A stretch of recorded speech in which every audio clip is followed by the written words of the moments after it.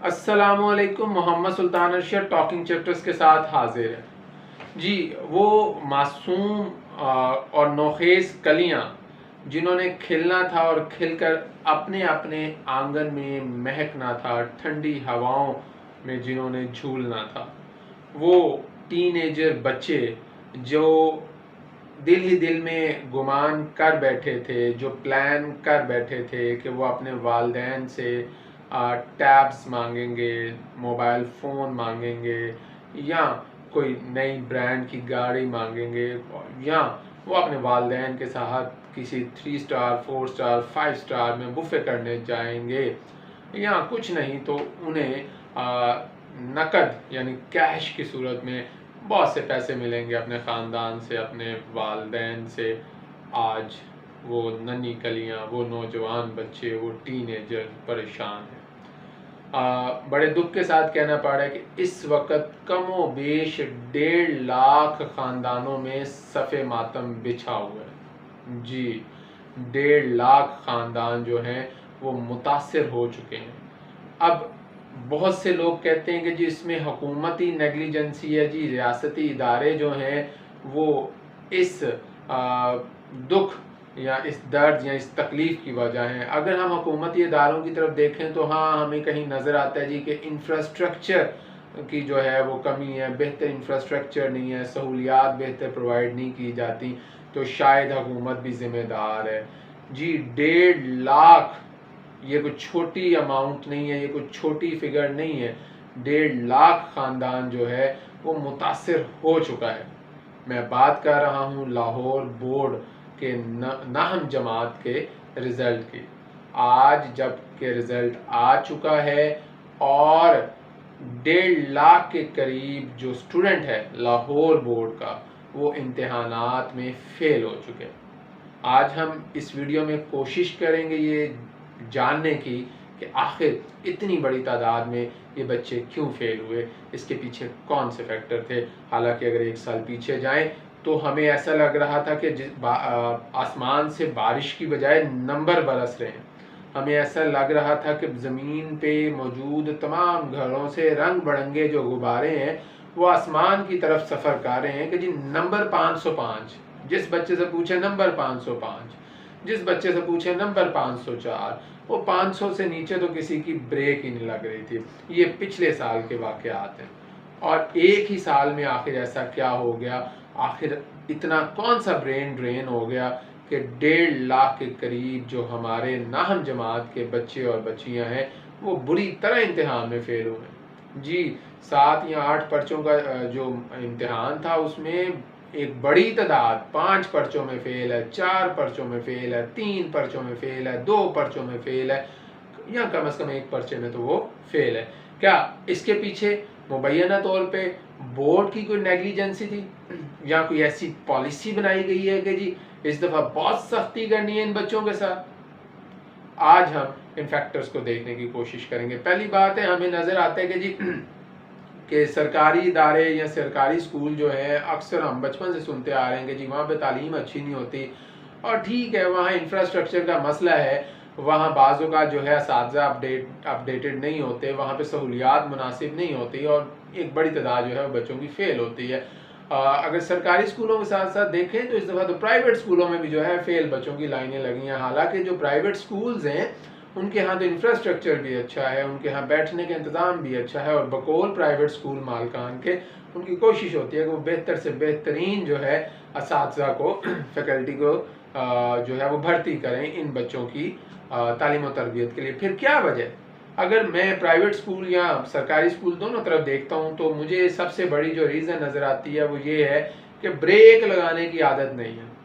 सबसे बड़ा जो फॉल्ट है इन बच्चों के फेल होने में, अगर इन बच्चों की आप बेसिक्स देखें तो एक बड़ी तादाद बच्चों की ऐसी जिनकी बेसिक्स नहीं है और ना बेसिक्स बनाई गई हैं, और ये वो बच्चे थे जिन्हें तीसरी जमात में फ़ेल हो जाना चाहिए था, ये वो बच्चे थे जिन्हें 5वीं जमात में फ़ेल हो जाना चाहिए था, जिन्हें 6 स्टैंडर्ड में, 7 स्टैंडर्ड में, 8 स्टैंडर्ड में कहीं फ़ेल होना चाहिए था।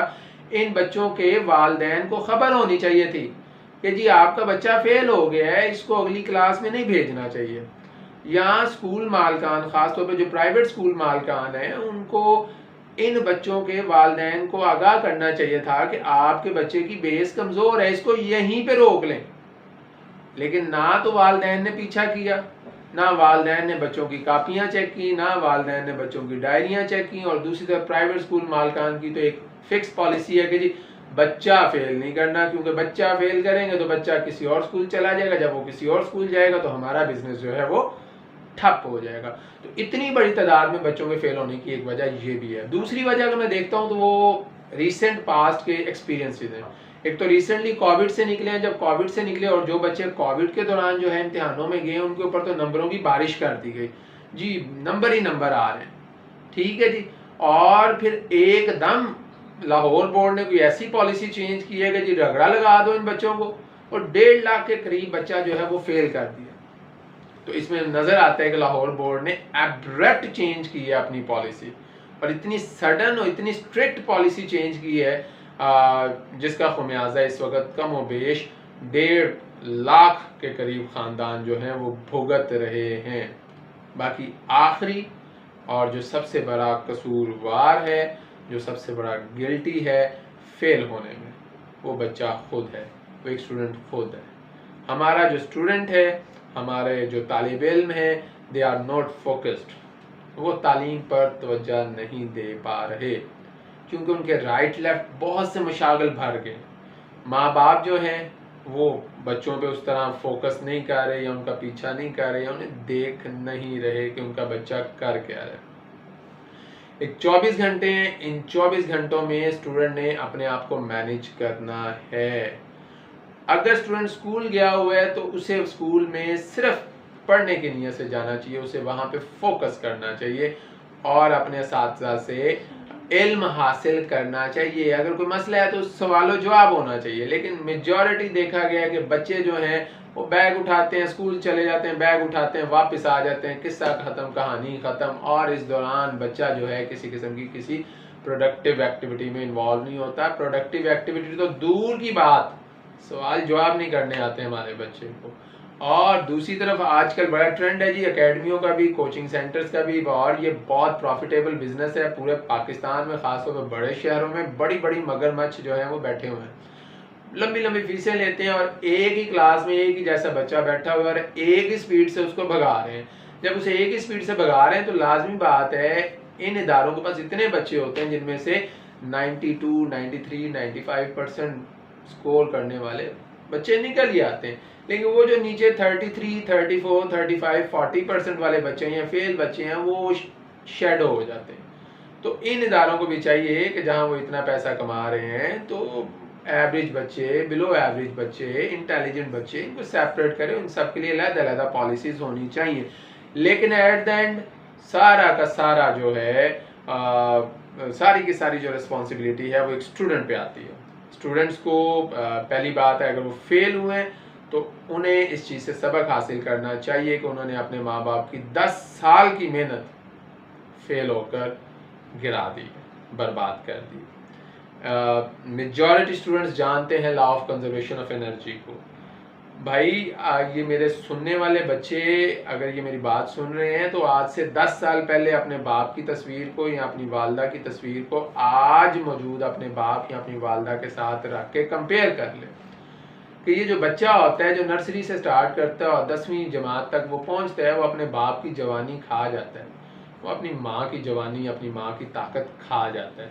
और अपने माँ बाप की ताकत, अपने माँ बाप का पैसा, अपने माँ बाप की मेहनत अगर आप बर्बाद कर जाते हैं law of conservation of energy के तहत, उन्होंने तो अपना सारा कुछ आपके लिए कुर्बान कर दिया और उसके बाद क्या आप 7 पर्चे नहीं पास कर पाए, it's a matter of shame. तो हमारे स्टूडेंट जो कि फेल हुए हैं या जिनके नंबर बहुत कम हैं या जिनके नंबर एवरेज हैं, उन्हें अपना किबला दुरुस्त करना चाहिए, उन्हें मेहनत करनी चाहिए और राइट लेफ्ट की activities, mobiles, gaming, movies, dramas, hang out, fun and मस्ती, इन चीज़ों से जान छुड़ानी पड़ेगी। I believe and I hope कि लाहौर बोर्ड जो है वो कुछ अपनी पॉलिसीज़ पे नज़रसानी करेगा और साथ ही साथ प्राइवेट स्कूल मालकान और गवर्नमेंट सेक्टर दोनों मिलकर जो है बच्चों की वेल बीइंग के लिए काम करेंगे। और अगर कोई बच्चा कमज़ोर है तो उस पर काम करना चाहिए, उस पर एक्स्ट्रा एफर्ट करनी चाहिए, ना कि उसे आगे धक्का लगा दिया जाए, उसे आगे प्रमोट कर दिया जाए। और साथ ही साथ उम्मीद करता हूँ कि जो बच्चे नाकाम हुए हैं वो खूब मेहनत करेंगे दोबारा और नेक्स्ट टाइम वो फेलियर से बचेंगे। No doubt failure is a teacher, ये सक्सेस की जानिब गेटवे हो सकता है, लेकिन फोकस करना पड़ेगा और गिरने के बाद सीखना पड़ेगा। तो मैं उम्मीद करता हूँ ये बच्चे बहुत जल्द सीखेंगे और अभी से ये मेहनत करना शुरू कर देंगे और जो भी उनकी सप्ली आई है, कंपार्टमेंट आई है, अगर वो मुकम्मल फेल है तो नेक्स्ट ईयर फाइनल एग्जाम्स में वो बड़े अच्छे तरीके से बाउंस बैक करेंगे। अपना बहुत सा ख्याल रखिएगा। इंशाल्लाह बहुत जल्द जो है वो आप लोगों से मुलाकात होगी। जाने से पहले अगर ये बात आपको पसंद आई हो तो चैनल को लाइक, सब्सक्राइब और शेयर करना मत भूलिएगा। अल्लाह हाफिज़।